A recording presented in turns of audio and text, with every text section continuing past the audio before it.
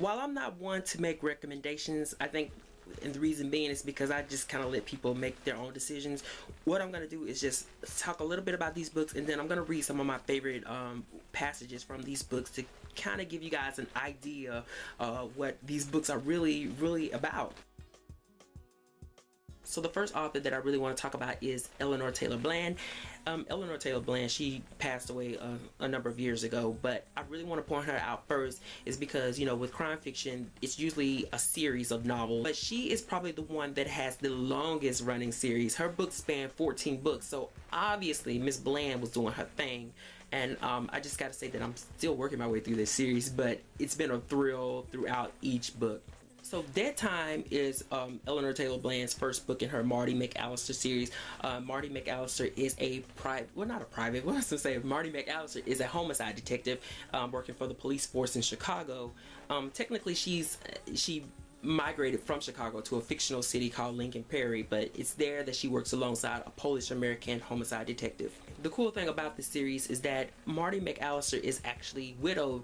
Her husband was also on the police force, and through a stream of events, his faith was not that great, and as the series progresses, you get to learn the actual truth behind it, which is really great. But while she is a homicide detective, she's also a mother of 2 teenage children, so the book focuses a lot on her relationship with her kids and how they're dealing with the death of their father.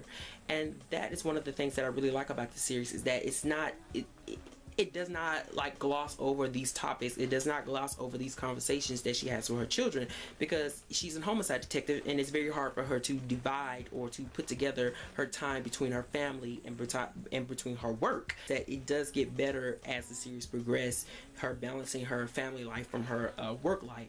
But I think that at the bottom line that I want to get to about the series is that even as far as the first book, Eleanor Taylor Bland is always talking about some sort of subject relating her murder, and in this book she tackles the elderly and homeless children. What happens is that 2 homeless children, they end up witnessing a murder, and subsequently Marti has to go through the streets of this fictional city to try to find these children and have conversations relating to, you know, how did they get in this situation, what can she do to fix it, and how can she bring about peace within this elderly home where chaos is going everywhere and nobody knows what's going on. So I really like this series. So now, as for the passage of Dead Time, I am going to actually the beginning of chapter 1, where Marti is showing up to the crime scene. When Detective Marti MacAlister arrived at the Kramer Hotel, a number of elderly residents had sorted themselves into 2 small groups, 1 male, 1 female. 5 women huddled together near the massive oak desk. The white-haired woman leaning on a walker spoke in a loud whisper. "Well, she certainly isn't a police officer. I thought they were only letting people in on official business." A tiny dark-skinned woman with at least 5 slips hanging below a short fuzzy blue robe answered, "Ha! Got cop written all over her. Now ain't that a sight, Betty? Black and a woman and not wearing no uniform. Ain't ladylike letting them walk around in pants," the first woman said. "Should at least make them wear skirts, and I want to see a badge." Marti nodded as she walked past them, but she didn't offer any identification.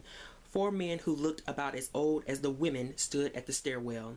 One took a step toward her and gave her a belligerent stare. She shouldered past him without speaking. At 5'10" and 160 pounds, she was what her mother had called healthy. Her size pleased her, and most people tended to move out of her way. Yes! Miss Marti! Yes, Miss Marti. So basically what that's saying is, she's, as a black detective, she's going into this elderly community where a black woman and a white woman are present, and so is a white man. So as she's going into it, if you notice, the white people does not believe she's a detective, and instead of them, you know, accepting that, they're criticizing her for being a black woman who's a detective. So Miss Marti was doing it. The next I want to focus on is Judith Smith-Levin. Now, the difference between Judith Smith-Levin's protagonist and Eleanor Taylor Bland's protagonist is that Smith's protagonist, her name is Starlla Duvall. She is a homicide lieutenant, so she's a step up. Now, the thing about that is that while she's a homicide lieutenant and she's in control and she's telling these men what to do as she goes along each case, She's also a homicide lieutenant that is not sitting behind the desk. She's very much active and involved with each murder that occurs. And what I really like about the first book is that the opening chapter was insane. Like, literally, when I first read the first chapter of this book, I was like, you know what, I don't think I can read this series. And I don't mean that in a bad way. I mean that Miss Levine was giving me some details, like it was really intense. Okay, so now I want to go ahead and read a passage from Do Not Go Gently. This is a part where Starlla Duvall, the protagonist, is sort of reflecting back to her experiences being a cadet and coming into the police force. Starlla Duvall, she caught his eye in the academy. That dark blue serge uniform couldn't hide the fact that she was a beauty. He'd been intrigued from the beginning. He watched her during his lectures and even in their sessions at the morgue. She was her father's daughter, all right. She had his guts. She never flinched and she never looked away, no matter how horrible a cadaver on the table. He smiled, recalling a time during her first weeks in the academy. The class had returned from lunch, and Star found a plain manila folder on her desk. She opened it. Being the only woman in this group of cadets, she had suffered more than a few indignities. That's in quotes. Some of the men seemed determined to break her, even more so than any other female cadet he could remember. For some, her very appearance was a threat. On top of that, she showed courage in facing them on a daily basis, more than most of them would have in her position. It wasn't until after graduation that her classmates found out she was the daughter of a decorated police officer who had died in the line of duty. The day she opened the folder on her desk, they were all waiting, some smirking, some grinning outright. It held pictures of a group of bombing victims from a racial fringe group in the 60s. The photos were gruesome, showing body parts, severed heads and limbs. Some had close-ups of brain tissue and entrails splattered on walls. There was one particularly horrible shot of a nude male torso embedded in the walls in glorious color. He had known what the cadets were planning, and he was sorry for her. He needn't have worried. She looked at each and every photo. Finally, she spoke, saying how amazing it was that the human body could be destroyed like that. It took all the control he had not to laugh out loud at the disappointed faces in the class. Instead, he went to her desk and looked over her shoulder, checking the pictures and explaining to her just how this amount of damage was possible. That day, she earned her stripes in his book. So, you know, if you got that, she's a black female cop, a new cadet, and here these people were showing her pictures of bomb victims from the 60s, black bomb victims from the 60s, to try to deter her from continuing her career on the police force. That's what I'm saying. That's what I'm saying. And next is Nora DeLoach. Nora DeLoach has also passed. Like, these women, oh gosh, they're gone. They're gone. They're not going to be writing any more books. Nora DeLoach, she has a pretty long running series also. I think hers is probably about 10 or 8 books, so she's very close to Eleanor Taylor Bland. But this is the first book, which is Mama Solves a Crime. And what this is very unique. This series is very unique in the fact that it's told through amateur sleuths, so they're not on the police force. But it's even more unique that the protagonist, the amateur sleuth, is a middle-aged black woman who works alongside her daughter, who is a lawyer in Atlanta. So the two of these women come together to solve sort of these crimes that are taking place within their community, and it's just it's just too hilarious watching them do their job. And it's just a really good series that I really loved. I actually discovered this series when I was over at my mom's house and looking through her boxes, and she had like maybe the 5th book in the series, and I was like, oh my god, what is this? There's this book about this older lady who is very much like my grandmother, I guess you can say, who is solving crimes. So I was like, you cannot beat that uniqueness. It's just very good. I love that.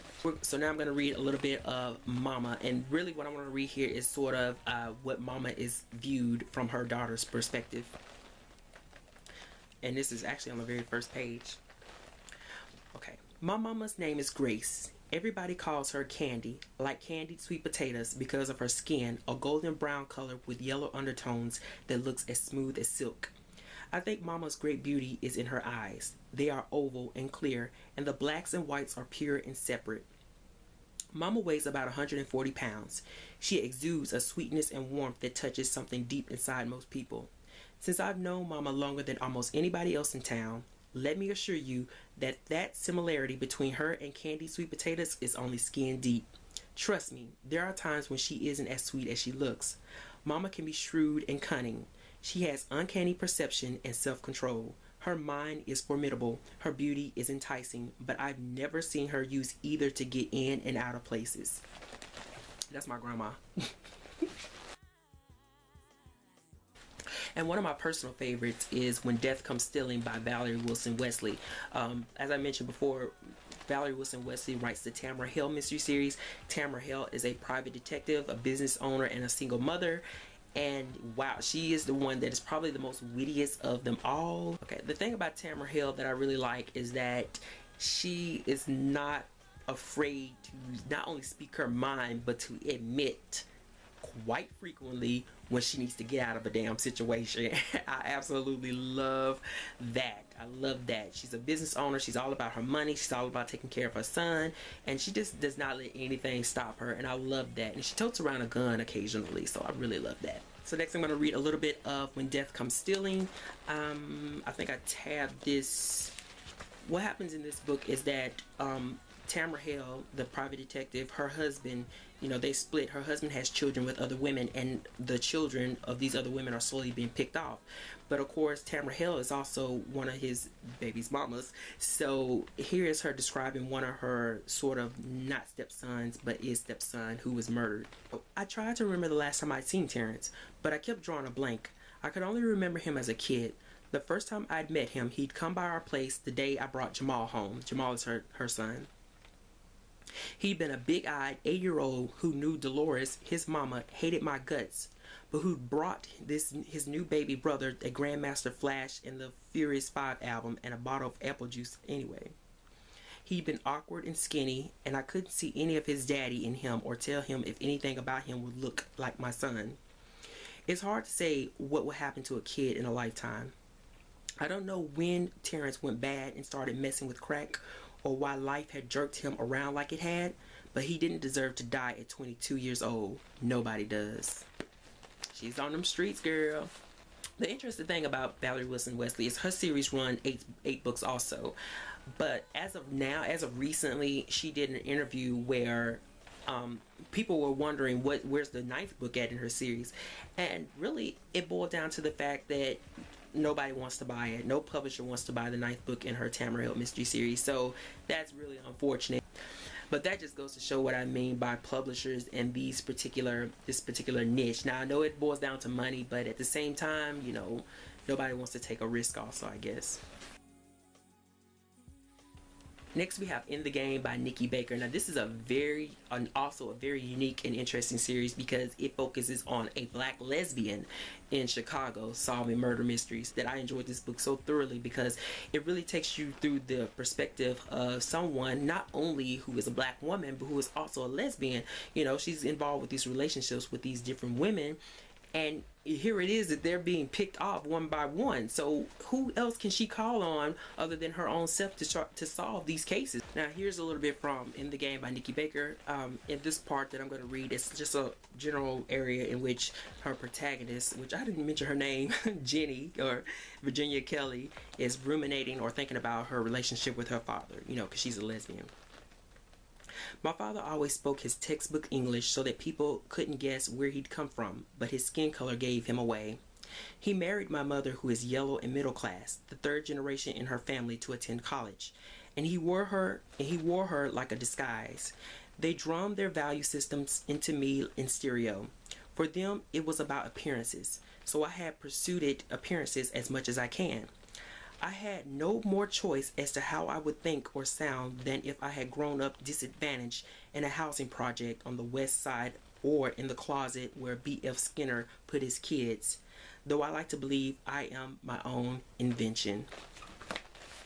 Yes, thank you, Jesus. Girl, yeah, we all own inventions. Another really good favorite of mine is Barbara Neely's Blanche series. Now Blanche, this is another unique, and I mean really unique series, because if between, as I mentioned, that divide between contemporary fiction and crime fiction, if there was any of these books that I mentioned that has a good grasp on the balance between how those two writing styles are, it would definitely be her. Blanche is a black domestic housekeeper. She cleans white folks' houses. That's just what it boils down to. She's also very intuitive. She understands what these people are saying to her without actually saying what they want to say.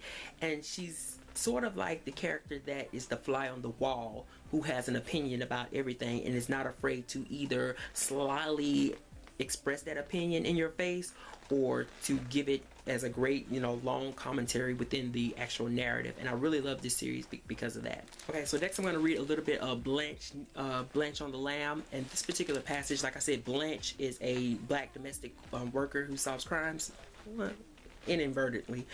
But this is a point where many black people, there's sort of a code that is unspoken of that we it's sort of a generational code that is unspoken of that we seem to hold as it regards when we're confronted about our race. It's really hard for me to put that into words, but I think that this passage that I'm going to read is going to probably be one of the best examples of how this is expressed and illustrated.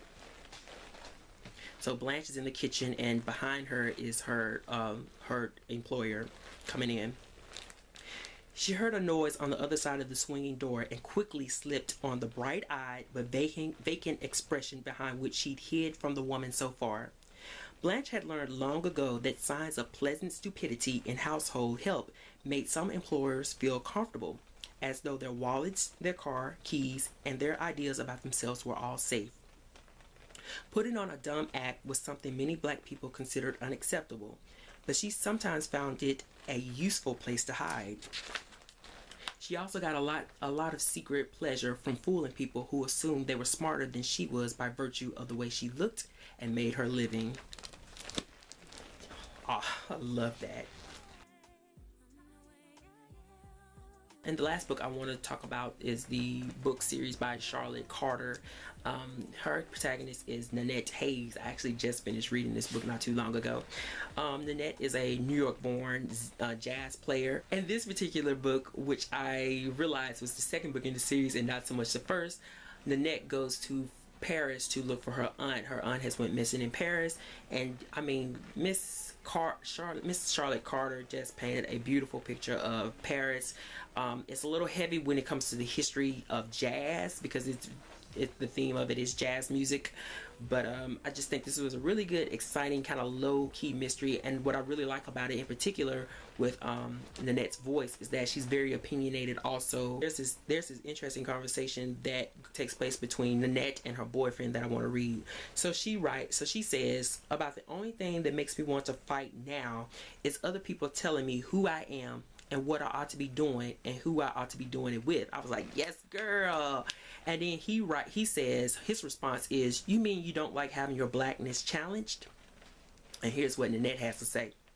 My blackness is not open to challenge. My father was black, so that means I'm black, period.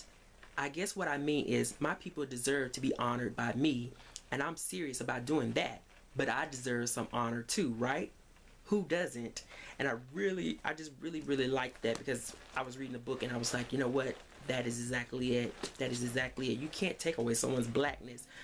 So that's it for me, guys. I want to share those books. I'm going to add a couple more on the list down below. And I just hope you guys enjoyed this video. I really feel really good about this because I wanted to talk about these books for a long time. And I want to just try to illustrate that they is just, though they're crime fiction, they're crime novels, they still address the same subjects that are expressed in contemporary fiction as well. So, some people have their issues with the murders and all that thing, but, that's, in a lot of ways, it's irrelevant when you think about how much these books give you a perspective other than your own. So I'm going to leave it at that. I hope you guys enjoy, and I am gone. Thank you so much again, Frenchie D, for inviting me to participate in this. Peace.